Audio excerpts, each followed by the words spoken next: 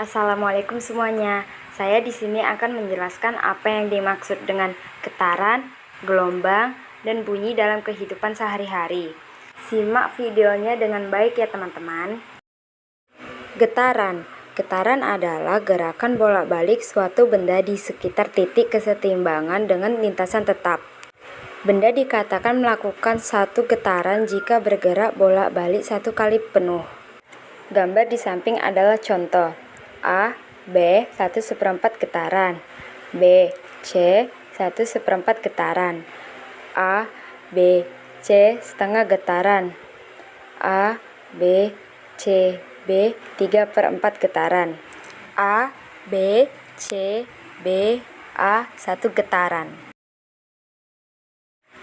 Berikut contoh peristiwa getaran yaitu bandul sederhana, senar gitar yang dipetik, penggaris yang digetarkan, dan ayunan. Getaran amplitudo adalah simpangan terjauh dari titik keseimbangan dari benda yang bergetar. Satu getaran sempurna dari A, B, C, B, A, maka amplitudonya adalah B, A, atau B, C. Frekuensi getaran. Frekuensi adalah banyaknya getaran yang dilakukan tiap satuan waktu. Besar frekuensi getar dapat ditentukan dengan rumus F sama dengan N jumlah getaran dibagi T waktu. Simbol frekuensi adalah Hertz. Hertz diambil dari nama seorang ilmuwan fisika, Heinrich Hertz, pada tahun 1857 sampai 1894. Gelombang. Gelombang adalah getaran yang merambat yang membawa energi selama perambatannya, sedangkan zat perantara tidak ikut merambat. Menyentuh air pada kolam air yang tenang, sentuhan itu akan menimbulkan usikan pada air, dan usikan tersebut merambat pada permukaan air dalam bentuk gelombang. Jadi, secara umum gelombang berasal dari sebuah usikan. Jenis-jenis gelombang berdasarkan medium perantaranya adalah gelombang mekanik dan gelombang elektromagnetik. Sedangkan berdasarkan arah rambat dan arah getarnya yaitu gelombang transversal dan gelombang longitudinal. Gelombang mekanik adalah gelombang yang memerlukan medium untuk perambatannya. Contohnya, gelombang air, gelombang bunyi, gelombang pada tali, dan gelombang pada selimki. Gelombang elektromagnetik adalah gelombang yang tidak memerlukan medium untuk perambatannya. Contohnya, gelombang cahaya matahari dan gelombang radio dan TV. Gelombang transversal adalah gelombang yang arah getarnya tegak lurus dengan arah rambatnya. Contohnya, gelombang pada tali, gelombang permukaan air, gelombang cahaya, dan gelombang seismis es gempa. Satu gelombang transversal terdiri dari satu puncak dan satu lembah. Gelombang longitudinal adalah gelombang yang arah getarnya searah dengan arah rambatnya. Contohnya, gelombang bunyi, gelombang pada selimki, gelombang pegas, dan gelombang ultrasonik. Satu gelombang longitudinal terdiri satu rapatan dan satu gerenggangan. Cahaya merambat dengan kecepatan 3 kali 10 pangkat 8 meter per sekon, sedangkan bunyi hanya merambat dengan kecepatan 340 meter per sekon. Oleh sebab itu, kamu melihat cahaya kilat lebih dahulu karena cahaya merambat lebih cepat daripada bunyi. Hubungan antara panjang gelombang. Hubungan antara frekuensi dan periode dapat dituliskan dalam bentuk matematika sebagai berikut. T sama dengan 1/F atau F sama dengan 1/T. Karena gelombang menempuh jarak satu panjang gelombang dalam waktu satu periode gelombang, maka cepat rambat gelombang dapat ditulis V sama dengan lambda per T atau V sama dengan lambda kali F. Pemantulan gelombang. Pemantulan gelombang adalah peristiwa membalikannya gelombang setelah mengenai penghalang. Contoh soal, pada suatu pegas tergantung sebuah beban yang bergetar 50 kali dalam waktu 10 sekon. Hitunglah besar. A. Frekuensi getaran. B. Periode getaran. Penyelesaian, diketahui pegas bergetar 50 kali dalam 10 sekon. Ditanyakan A, F, B, T. Jawab, frekuensi adalah sebanyak getaran tiap sekon, maka banyaknya getaran dalam 1 sekon. F sama dengan N dibagi T. N 50 getaran, T 10 sekon. Hasilnya 5 getaran per sekon. Jadi frekuensi getarannya adalah 5 Hz. Periode getaran adalah waktu yang dibutuhkan untuk 1 kali getaran. T sama dengan 1 per F sama dengan 1 per S. Hasilnya adalah 0,2 sekon. Jadi periode getarannya adalah 0,2 sekon. Contoh soal, diketahui sebuah gelombang seperti pada gambar. Tentukan A periode, B frekuensi, C amplitudo. Periode gambar di atas terdiri dari 3 puncak dan 2 lembah, berarti 2,5 gelombang. 2,5 gelombang sama dengan 1 sekon. 1 gelombang. T sama dengan T dibagi N sama dengan 1 sekon dibagi 2,5 sama dengan 0,4 sekon. Jadi periodenya adalah 0,4 sekon. F sama dengan 1 per T sama dengan 1 per 0,4 sama dengan 2,5 Hz. Jadi frekuensinya adalah 2,5 Hz. Bunyi merupakan gelombang longitudinal yang merambatkan energi gelombang di udara sampai terdengar oleh reseptor pendengar. Bunyi ditimbulkan oleh benda yang bergetar. Syarat terjadi dan terdengarnya bunyi. 1. Ada benda yang bergetar, sumber bunyi. 2. Ada medium yang merambatkan bunyi. 3. Ada penerima yang berada di dalam jangkauan sumber bunyi. Frekuensi bunyi. Jenis-jenis bunyi berdasarkan frekuensi. Ultrasonik, frekuensinya lebih dari 20.000 Hz, tidak dapat didengar telinga manusia. Audiosonik, frekuensinya di daerah 20 Hz sampai 20.000 Hz, dapat didengar telinga manusia normal. Infrasonik, frekuensinya kurang dari 20.000 Hz, tidak dapat didengar telinga manusia. Bunyi dapat merambat melalui zat padat, zat cair, dan gas.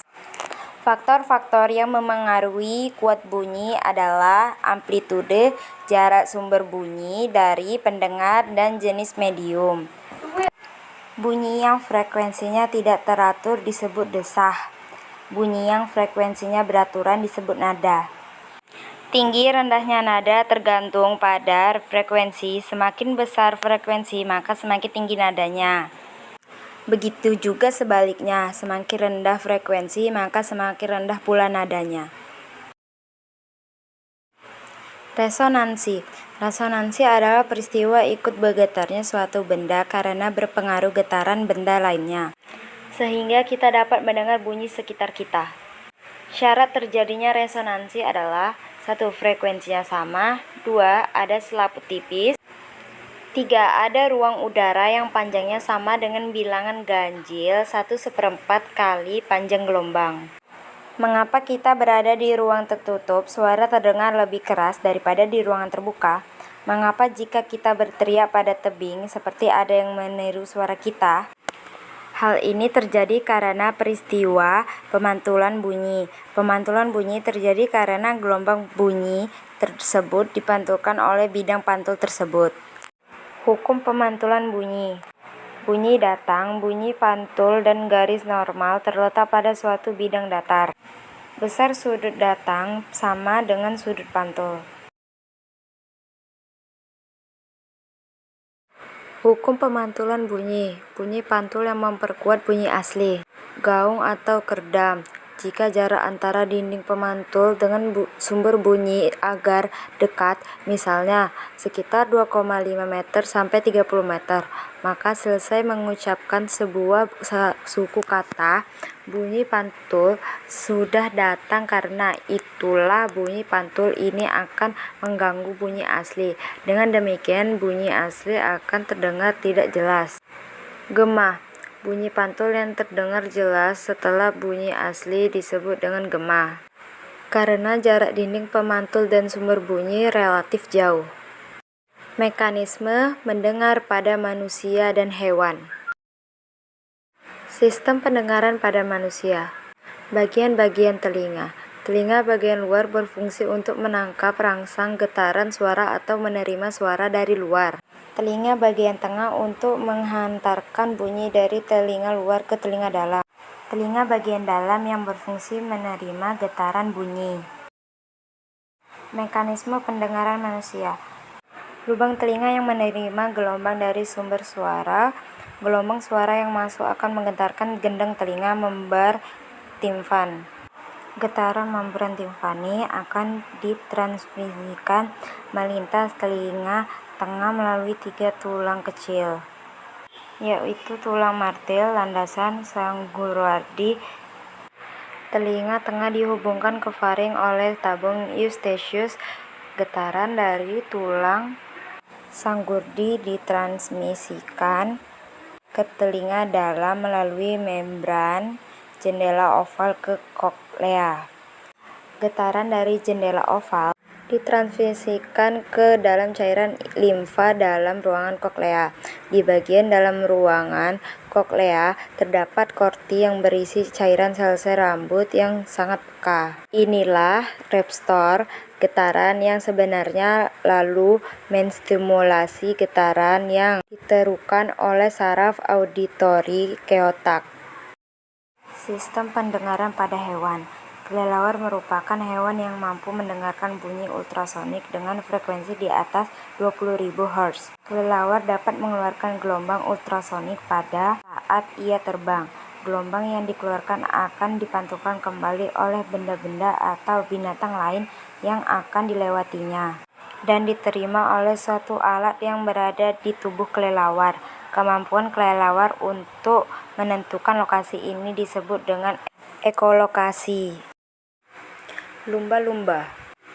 Lumba-lumba bernapas melalui lubang yang di atas kepalanya. Di bawah lubang ini terdapat kantung-kantung kecil berisi udara.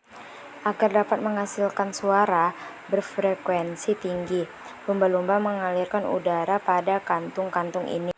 Selain itu, kantung udara ini juga berperan sebagai alat perfokus bunyi. Kemudian bunyi ini dipancarkan ke segala arah secara terputus-putus. Gelombang bunyi lumba-lumba akan dipantulkan kembali bila membentuk suatu pantulan.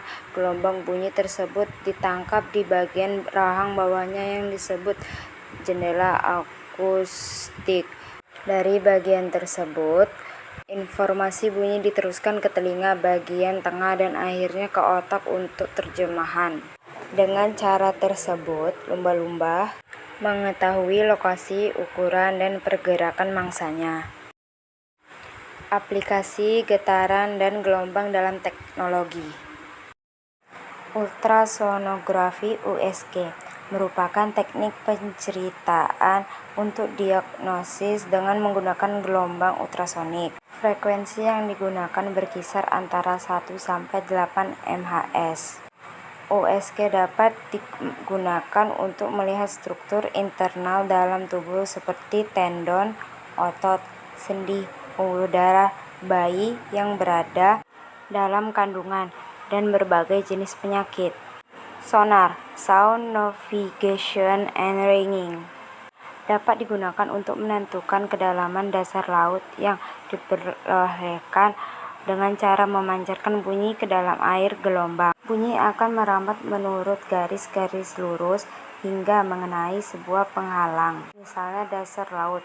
Ketika gelombang bunyi mengenal penghalang, sebagian gelombang itu akan dipantulkan kembali ke kapal sebagai gema. Waktu yang dibutuhkan gelombang bunyi untuk bergerak turun ke dasar dan cepat rambat bunyi di laut dapat digunakan untuk menghitung jarak kedalaman laut dengan menggunakan persamaan S sama dengan V kali T dibagi 2.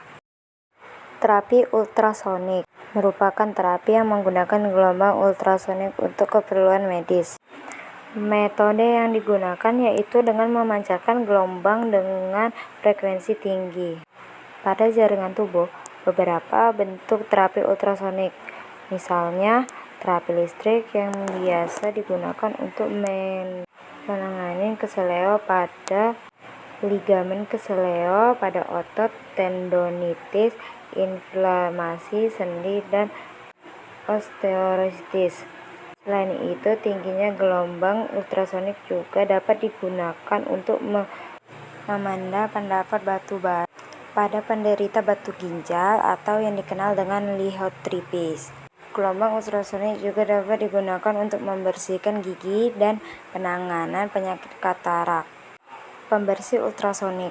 Pembersih ultrasonik merupakan alat yang menggunakan gelombang ultrasonik dengan frekuensi antara 200 sampai 400. Dan cairan pembersih tertentu dapat juga menggunakan air biasa untuk membersihkan suatu benda-benda yang biasa dibersihkan menggunakan alat pembersih ultrasonik seperti perhiasan, lensa, jam tangan, alat bedah, alat musik, alat laboratorium, dan alat elektronik tertentu.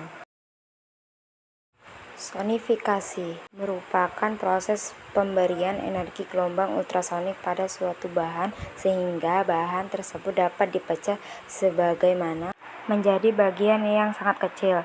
Sonifikasi dapat digunakan untuk produksi nanopartikel seperti nanoemulsi dan nanokristal. Pengujian ultrasonik merupakan teknik pengujian yang berdasarkan penyaluran gelombang ultrasonik pada objek atau material yang diuji. Gelombang yang digunakan memiliki frekuensi sekitar 0,1 sampai 15 MHz. Pengujian ultrasonik banyak digunakan dalam produksi logam, baja, dan aluminium, produksi pesawat, otomotif, dan industri lainnya. Contoh soal, prinsip pemantulan bunyi digunakan untuk mengukur kedalaman laut. Bunyi pantul terdengar 0,2 sekon setelah bunyi aslinya. Jika cepat rambat bunyi dalam air laut 1500 meter per sekon, berapakah kedalaman air laut tersebut? Penyelesaian diketahui T sama dengan 0,2 sekon, V sama dengan 1500 meter per sekon. Ditanya kedalaman laut, S sama dengan V kali T dibagi 2. S sama dengan 1500 per sekon kali 0,2 dibagi 2. S sama dengan 150 meter. Jadi kedalaman laut tersebut adalah 150 meter dari permukaan air laut. Segitu dulu ya teman-teman, semoga mengerti. Assalamualaikum.